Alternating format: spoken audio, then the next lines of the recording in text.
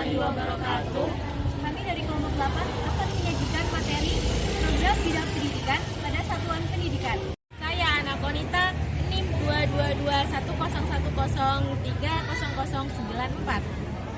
Saya Dewi Buwanani, NIM 2221010300099. Saya Giripina Chandraning Tias, NIM 22210103089. Saya Muhammad Firdan Abrori, NIM 101030100. Di sini saya akan menjelaskan tentang pengertian bidang pendidikan atau kurikulum. Dalam pengertian lainnya ditegaskan bahwa kurikulum adalah keseluruhan program fasilitas dan kegiatan suatu lembaga pendidikan atau pelatihan untuk mewujudkan visi dan misi.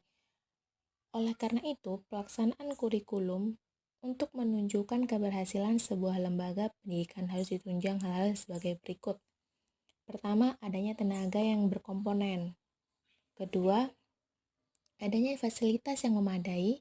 Ketiga, adanya fasilitas bantu sebagai pendukung. Keempat, adanya tenaga penunjang pendidikan seperti tenaga administrasi, bimbingan, pustakawan, laboratorium. Kelima, adanya dana yang memadai. Keenam, adanya manajemen yang baik.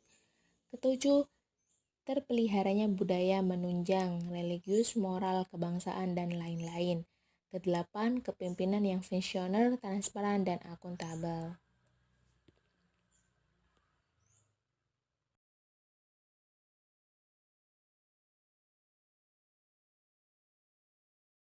Di sini ada 7 pengertian kurikulum menurut fungsinya, yaitu pertama, kurikulum sebagai program studi, yakni seperangkat mata pelajaran yang mampu dipelajari oleh peserta didik di sekolah atau di instansi pendidikan lainnya.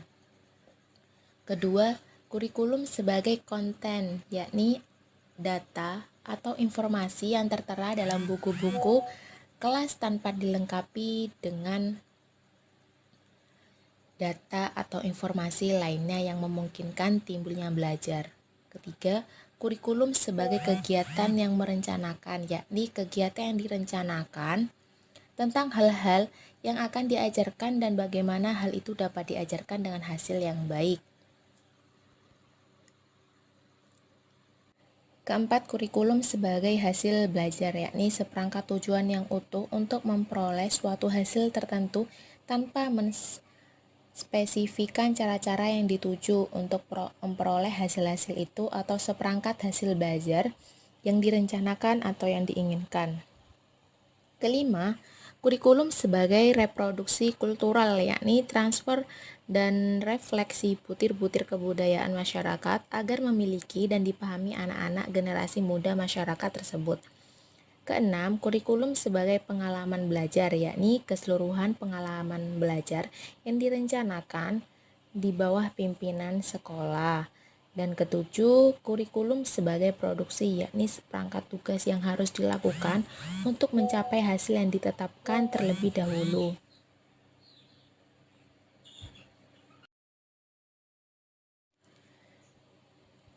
Dan di sini juga ada 3 kedudukan kurikulum dalam dunia pendidikan. Antara lain, 1. Kurikulum mempunyai kedudukan sentral dalam seluruh proses pendidikan.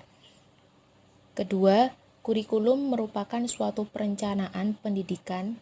Dan ketiga, kurikulum merupakan suatu bidang studi.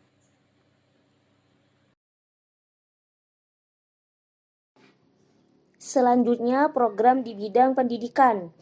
Program pembelajaran melibatkan sebuah rancangan kegiatan yang berkesinambungan untuk mencapai tujuan pembelajaran, yang di dalamnya melibatkan guru dan siswa. Adapun kegiatan-kegiatan dalam menunjang tujuan program pembelajaran meliputi perencanaan, pelaksanaan, dan penilaian. 1. Perencanaan program pembelajaran. Dalam proses pembelajaran, seorang guru harus memiliki kemampuan dan keterampilan dalam menyusun program perencanaan pembelajaran, seperti mempersiapkan perangkat mengajar yang meliputi membuat perhitungan alokasi waktu, program tahunan, program semester, rencana pelaksanaan pengajaran, menentukan kriteria ketuntasan minimal, pengembangan silabus, dan melakukan evaluasi pembelajaran sesuai dengan kebutuhan di lingkungan sekolah. 2. Pelaksanaan perencanaan dalam program pembelajaran. Pelaksanaan perencanaan pembelajaran merupakan suatu komponen utama yang meliputi peserta didik, guru, dan juga kurikulum. Dalam proses belajar mengajar, ketiga komponen tersebut tidak bisa dipisahkan antara satu dengan yang lainnya. Contoh pelaksanaan perencanaan program pembelajaran di sekolah meliputi penjelasan materi, memulai pembelajaran, aktivitas pembelajaran, interaksi antara guru dan siswa, penggunaan sumber daya manusia, evaluasi pemahaman, pemantauan dan dukungan, dan yang terakhir, penutup pembelajaran. 3. Evaluasi perencanaan. Evaluasi dilakukan untuk memperoleh hasil dan memberikan informasi dalam mengambil sebuah keputusan. Evaluasi pembelajaran juga bisa digunakan oleh seorang guru dan para pengawas pendidikan untuk mengukur dan menilai sampai di mana keefektifan pengalaman mengajar, kegiatan-kegiatan pembelajaran, dan metode mengajar yang digunakan dalam pelaksanaan proses pembelajaran. Berikut ini terdapat 3 contoh evaluasi perencanaan program pembelajaran, yaitu pertama, ujian dan evaluasi. Ujian dan evaluasi digunakan oleh guru bertujuan untuk menilai sejauh mana pemahaman siswa terhadap materi pembelajaran yang telah disampaikan, baik berbentuk ujian tulis, lisan, praktek, dan pelaksanaan tugas proyek.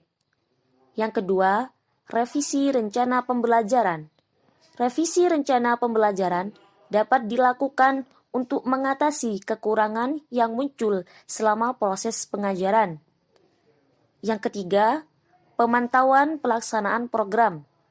Pada tahap ini, perlu dilakukan pemantauan secara rutin agar program tetap berjalan sesuai dengan tujuan awal.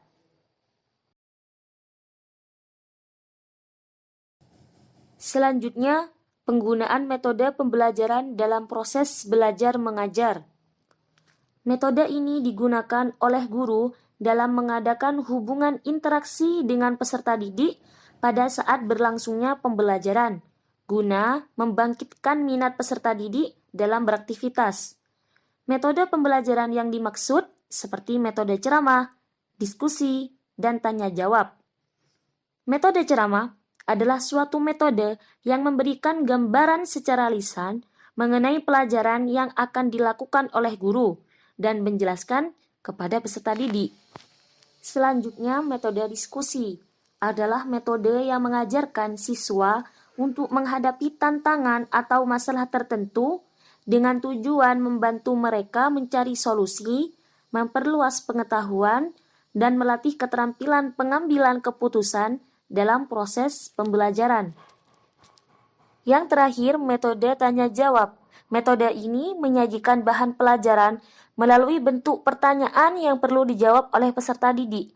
Kemudian guru memberikan siswa kesempatan untuk bertanya, sementara siswa lain memiliki peluang untuk memberikan respon terhadap pertanyaan dari temannya.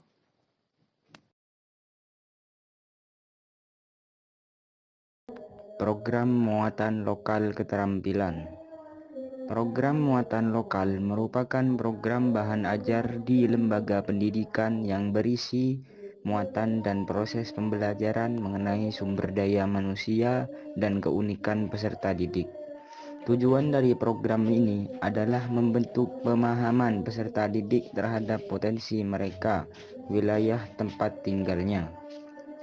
Program pendidikan bidang muatan lokal diarahkan sebagai upaya pembudayaan untuk melestarikan nilai-nilai luhur, merawat warisan budaya, serta mendorong kemajuan dan mengembangkan kearifan lokal. Pembudayaan ini bertujuan meningkatkan karakter budaya peserta didik agar tetap utuh dan kuat. Program bidang muatan lokal mencakup penambahan mata pelajaran bahasa asing dan bahasa daerah sesuai dengan konteks tempat tinggal. Sebagai contoh, penambahan mata pelajaran seperti bahasa Inggris, bahasa Jawa, bahasa Sunda, dan bahasa daerah sesuai dengan lokasi geografis. Selain itu, program pendidikan muatan lokal juga menyertakan mata pelajaran keagamaan seperti bahasa Arab, baca tulis Al-Quran, akidah akhlak, Quran hadis, studi kitab, sejarah gereja, etika Kristen, filsafat Hindu, dan kajian mengenai kitab keagamaan. Sekian penjelasan sedikit dari saya. Terima kasih. Program bidang pendidikan ekstrakurikuler. Ekstrakurikuler merupakan bentuk program tambahan kurikulum sebagai rancangan oleh lembaga pendidikan dan dilaksanakan oleh peserta didik serta dibimbing oleh guru. Rancangan tersebut meliputi kegiatan yang menunjang minat, bakat, kegemaran, kepribadian, serta kreasi peserta didik. Kegiatan ekstrakurikuler dilaksanakan di luar kelas dan di luar jam pelajaran atau di luar kegiatan kurikuler. Kegiatan ekstrakurikuler bertujuan untuk mengembangkan potensi sumber daya manusia peserta didik, baik yang berkaitan dengan pengaplikasian ilmu pengetahuan yang telah dimiliki maupun dalam arti khusus untuk membantu peserta didik dalam hal mengembangkan apa yang menjadi potensi dan bakat dalam dirinya. Sekolah memberikan pilihan ekstrakurikuler wajib dan ekstrakurikuler pilihan.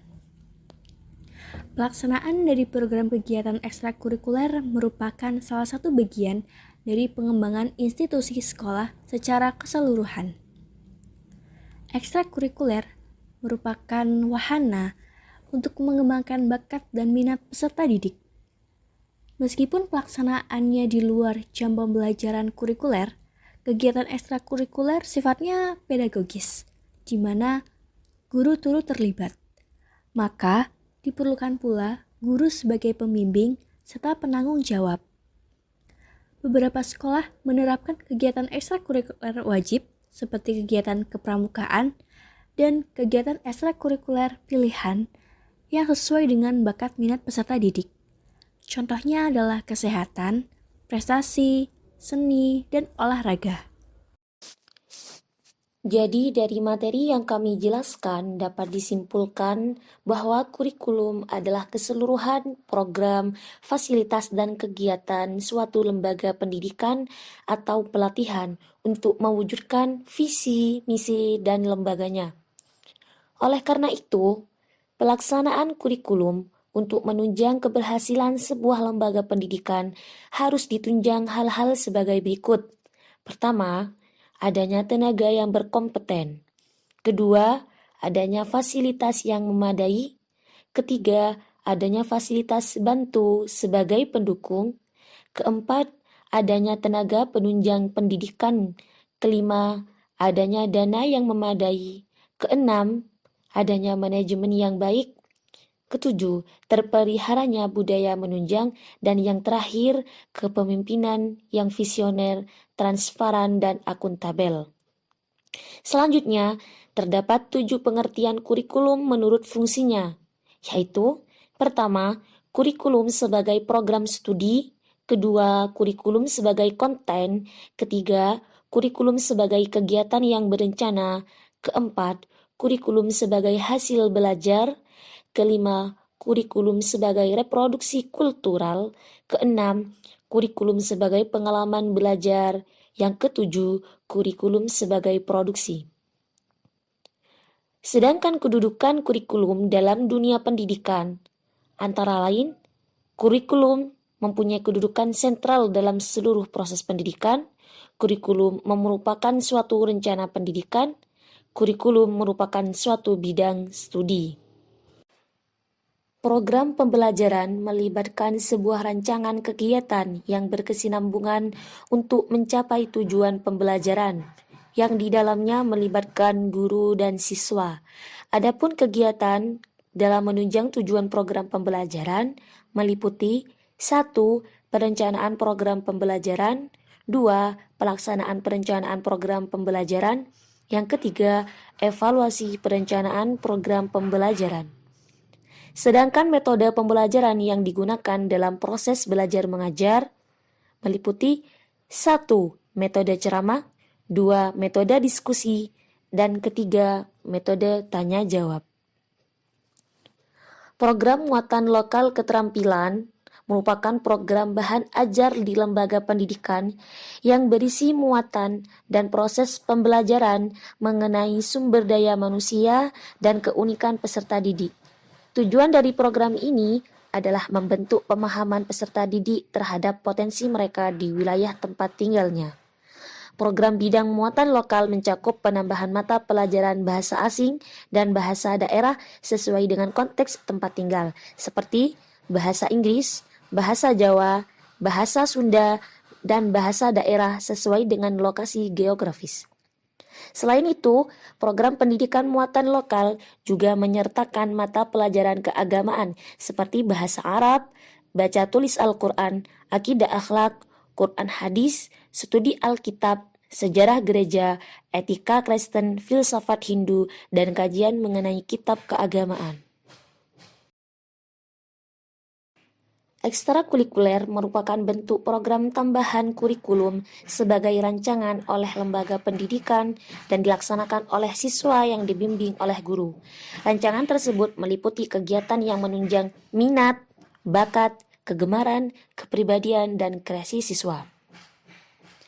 Kegiatan ekstrakurikuler dilaksanakan di luar kelas dan di luar jam pelajaran. Kegiatan ekstrakurikuler bertujuan untuk mengembangkan potensi sumber daya manusia peserta didik. Berikut ini contoh kegiatan ekstrakurikuler seperti kegiatan kepramukaan dan pilihan yang sesuai dengan bakat minat siswa. Contohnya adalah kesehatan, prestasi, dan seni olahraga. Sekian dari kami, mohon maaf apabila ada salah kata. Kami ucapkan wassalamualaikum warahmatullahi wabarakatuh.